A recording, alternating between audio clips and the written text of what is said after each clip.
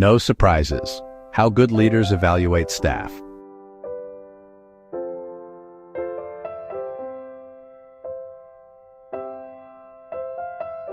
Evaluating staff is one of the most important responsibilities of a leader.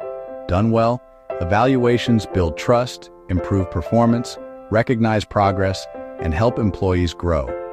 Done poorly, evaluations can create frustration, defensiveness, confusion, and resentment. The difference often comes down to one simple leadership rule. There should be no surprises in a performance evaluation. A performance review should not be the first time an employee hears that there is a concern. It should be a summary of ongoing feedback, coaching, conversations, documentation, and support. If an employee walks into an evaluation and hears about a problem for the first time, that is usually not just an employee issue. That is also a leadership issue. Good leaders address performance early. They coach along the way. They document throughout the year. They make expectations clear before the final review ever happens. To keep evaluations fair and productive, leaders should start with clear expectations. Employees need to know what success looks like. That means job descriptions should be clear, goals should be measurable, and performance standards should be tied to observable behavior and objective data. Instead of saying, "You need to do better," a leader should be able to say, "Your goal was to complete weekly reports by Friday at noon. Over the last quarter, 6 reports were late. Let's talk about what is getting in the way and how we can correct that moving forward." That kind of feedback is specific, factual, and focused on improvement. Another important principle is to document year-round. Leaders should avoid recency bias. Recency bias happens when we focus too much on what happened recently and forget the full evaluation period. One great week should not erase months of poor performance. And one difficult week should not erase months of strong work. A fair evaluation looks at the full picture. That includes achievements, challenges, attendance, work quality, customer service, teamwork, deadlines, communication, initiative, and progress toward goals. But evaluations should not be a lecture. They should be a conversation. One of the best ways to begin is by asking the employee to complete a self-assessment. Ask questions like, what accomplishments are you most proud of? What challenges did you face? Where do you believe you improved? What support do you need from me to be successful? What goals should we set for the next review period?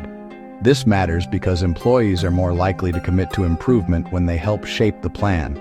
When employees participate in identifying the problem and creating the solution, they have more ownership. The solution is no longer something being handed down to them. It becomes something they helped build. That creates buy-in. And buy-in is powerful. For example, instead of a supervisor saying, "You need to communicate better with the team," a stronger approach might be, "I've noticed a few situations where team members did not receive updates they needed. How do you see the communication issue? What do you think would help improve it?" Then the leader listens. The employee might say they need clearer deadlines, a shared task list, fewer last-minute changes, or coaching on how to communicate delays. Now the improvement plan becomes collaborative. The leader and employee can agree on specific steps, such as weekly check-ins, project updates by email, a shared calendar, or a communication goal for the next 30 days. A good evaluation balances strengths and areas for improvement. Employees need to know what they are doing well. Recognition matters. If someone is dependable, helpful, professional, organized, creative, or strong with customers, say that clearly. But leaders also have to be honest about performance gaps. The key is to frame shortfalls as opportunities for improvement, not personal attacks. Focus on the behavior, the expectation, the impact, and the next step.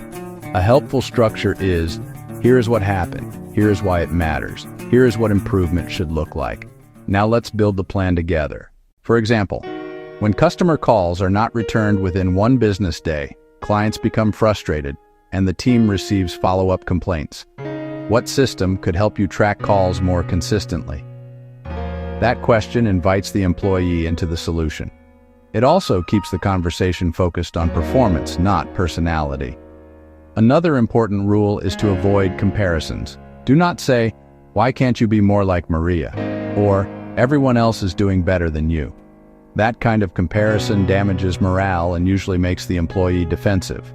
Instead, evaluate each employee against their own job expectations, prior performance, goals, and the organization's values. The question is not, Are you better than someone else? The question is, are you meeting the expectations of this position, and how can we help you continue to grow? The best evaluations look forward. Yes, we review past performance, but the purpose is future growth. That means ending the evaluation with clear goals, action steps, timelines, and follow-up. A strong improvement goal might include what needs to improve, how will success be measured, what support or training will be provided, what the employee agrees to do, what the supervisor agrees to do, when will progress be reviewed. For example, over the next 60 days, you will submit all weekly reports by Friday at noon.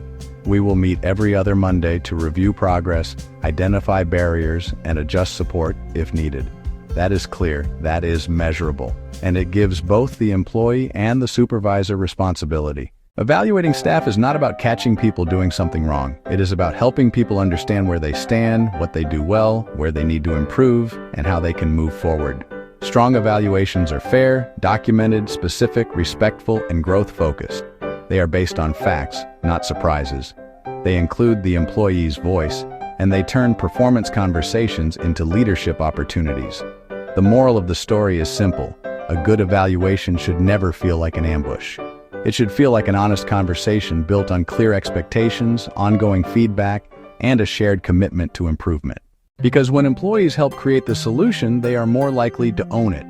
And when leaders evaluate with fairness, clarity, and respect, they do more than measure performance. They build stronger teams. Remember, it's just not about being in charge. It's about us taking care of those in our charge, our staff.